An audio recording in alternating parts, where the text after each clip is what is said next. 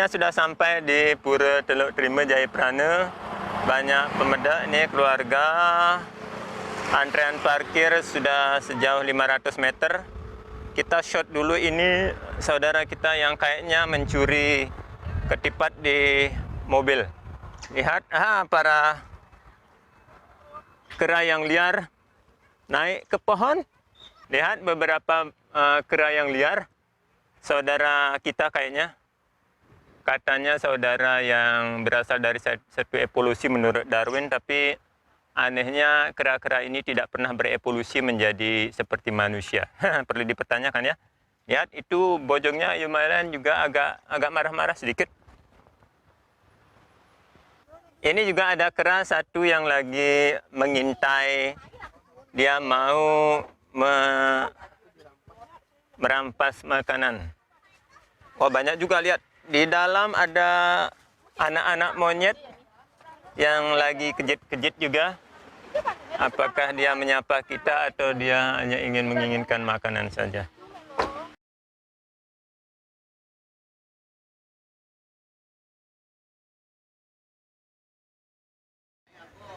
Oke, kita sekarang sudah sampai di Pura Jayaprana. Kita mau memasuki Pura Jayaprana ini sekitar 1 kilometer atau mungkin 700 meter ya dari jalan raya. Kita akan mendaki tangga demi tangga. Yang baru pertama-tama mungkin agak melelahkan juga. Tapi let's see. Beberapa pemuda sudah pada pulang. Kita baru mulai menanjak itu bersama si kecil.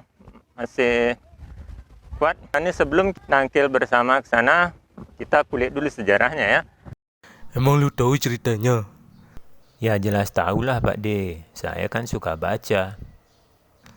Saya juga suka baca. Lah, memangnya Pak D suka baca apaan? Baca situasi. Ah Pak D, masa baca situasi? Sudah dah, saya mau cerita tentang kisah Jayaprana Layon Sari dulu ya, jangan diganggu ya Pak D. Pura Jayaprana atau Pura Betara Sakti Waurau atau yang lebih kita kenal dengan nama Pura Teluk Terima adalah sebuah pura yang terletak di tengah kawasan Taman Nasional Bali Barat, Kecamatan Gerogak, Kabupaten Buleleng, Bali. Nah, pura ini dapat ditempuh sekitar 2,5 jam perjalanan dengan menggunakan mobil atau motor dari kota Singaraja. Keberadaan Pura Jayaprana ini tidak terlepas dari kisah legenda cinta sepasang manusia yang harus berakhir menyedihkan. Banyak orang menganggap kisah percintaan ini seperti Romeo dan Juliet versi Bali. Dikisahkan ada seorang pemuda yang bernama Nyoman Jayaprana yang ditinggal mati oleh orang tua dan saudaranya karena terserang suatu wabah, hingga menjadikannya anak yatim. Nyoman Jayaprana lalu dipungut oleh sang raja dan dijadikan abdi di kerajaan Kaliangat. Karena kesungguhan dan ketulusan Jayaprana mengabdi pada sang raja, Jayaprana pun menjadi abdi kesayangan raja. Setelah tumbuh menjadi seorang pemuda yang tampan dan gagah, raja meminta Jayaprana untuk menikahi seorang gadis. Singkat cerita ya, setelah beberapa hari mencari-cari, Jayaprana pun berjumpa dengan seorang gadis cantik yang bernama Layon Sari, putri seorang juru bendesa yang berasal dari Banjar Sekar. Kedua insan muda tersebut saling jatuh cinta. Lalu Nyoman Jayaprana menghadap raja dan memberitahukan bahwa ia telah menemukan gadis pilihannya untuk bisa dipersunting. Sang raja yang sudah memperlakukan Jayaprana seperti anaknya sendiri kemudian membuat surat wasiat, surat sakti untuk disampaikan kepada bendesa, ayah dari Layon Sari, agar memberikan izin dan menyetujui keinginan Nyoman Jayaprana untuk mempersunting Layon Sari sebagai istrinya. Ya, dan begitulah. Akhirnya kedua remaja yang saling jatuh cinta pada pandangan pertama itu disatukan dalam ikatan pernikahan. Atas izin raja, pernikahan Jayaprana dan Layon Sari digelar cukup meriah.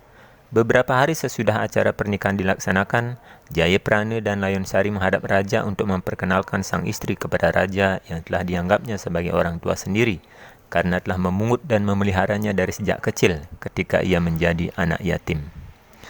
Pada saat itu, sang raja begitu tak percaya dengan kecantikan Layon Sari yang begitu mempesonakan. Laksana kembang desa yang sedang mekar-mekarnya, sang raja seperti terhipnotis oleh kecantikan istri Nyoman Jayaprana itu. Sejak saat itulah muncullah niat sang raja untuk merebut Layon Sari dari dekapan Nyoman Jayapurana. Kemudian, raja mengadakan rapat dengan beberapa bawahannya untuk meminta pertimbangan agar bisa mendapatkan Layon Sari. Atas usul Patih Songgaling, raja diminta untuk memberikan perintah kepada Jayapurana agar pergi ke Celuk Terima, wilayah barat kerajaan, dengan alasan untuk menyelidiki perahu kandas serta beberapa hal penting lainnya. Di tengah suasana bulan madu, Jayapurana terpaksa harus meninggalkan istrinya untuk melaksanakan titah dan tugas dari sang raja, walaupun ia merasakan ada kejanggalan dari perintah sang raja yang dengan begitu mendadak tersebut. Layon Sari pun dengan berat hati akhirnya memberikan izin kepada suaminya untuk pergi menjalankan perintah raja sebagai abdi kerajaan. Dalam perjalanan ke barat, Nyoman Jayapurana menjumpai banyak alamat atau tanda-tanda buruk. Dengan diselimuti firasat tidak mengenakan, di tengah hati yang cemas, Jayapurana pergi bersama Patih Songgaling diiringi oleh beberapa prajurit. Akhirnya mereka tiba di kawasan hutan Celuk Terima. Ketika sedang berjalan menelusuri hutan, secara diam-diam Patih Songgaling menusuk Jayapurana dengan kerisnya dari belakang. Namun kesaktian Jayapurana membuat tubuhnya tidak terluka sedikit pun. Jayapurana terkejut atas ulah Patih Songgaling. Ia kemudian bertanya maksud si paman Patih. Patih Songgaling akhirnya menceritakan latar belakang tindakannya tersebut, bahwa semua keinginan itu berasal dari sang raja yang ingin merebut Layon Sari darinya. Setelah memahami situasi yang sedang terjadi, Jayapurana pun kemudian mengizinkan Patih Songgaling untuk menusuk tubuhnya. Jayapurana menganggap bahwa orang yang telah membesarkan dirinya adalah raja, maka raja juga berhak mencabut nyawanya. Ketika Nyoman Jayapurana ditusuk, darah yang keluar dari tubuhnya mengalir segar dengan bau yang wangi. Petir tiba-tiba menggelegar. Tanah bergetar seperti ikut merasakan kehilangan jiwa yang sesungguhnya tidak bersalah, tetapi dibunuh hanya karena hasrat sang raja akan wanita. Mayat Jayapurana kemudian dikubur di hutan tersebut.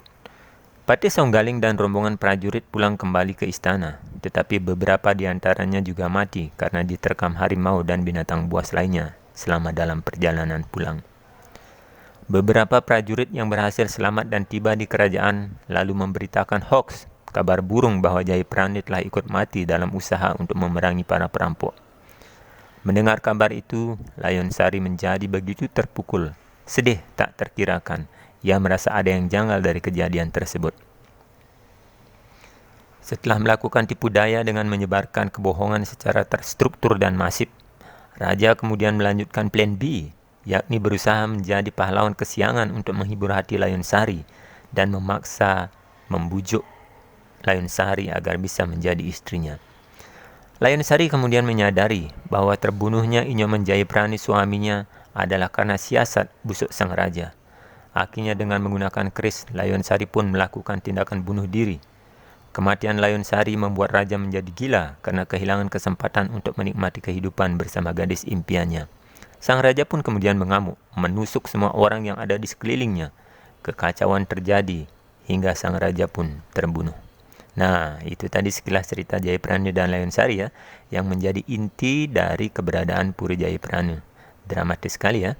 Cukup menyedihkan, dan mungkin karena tanda-tanda alam yang menyertai kepergian Nyoman Jayapurana yang dilihat sebagai sosok manusia sakti, hebat, penuh dedikasi dengan keluhuran budinya, banyak warga di seluruh Bali dan juga dari Jawa yang datang ke pura ini untuk melakukan penghormatan.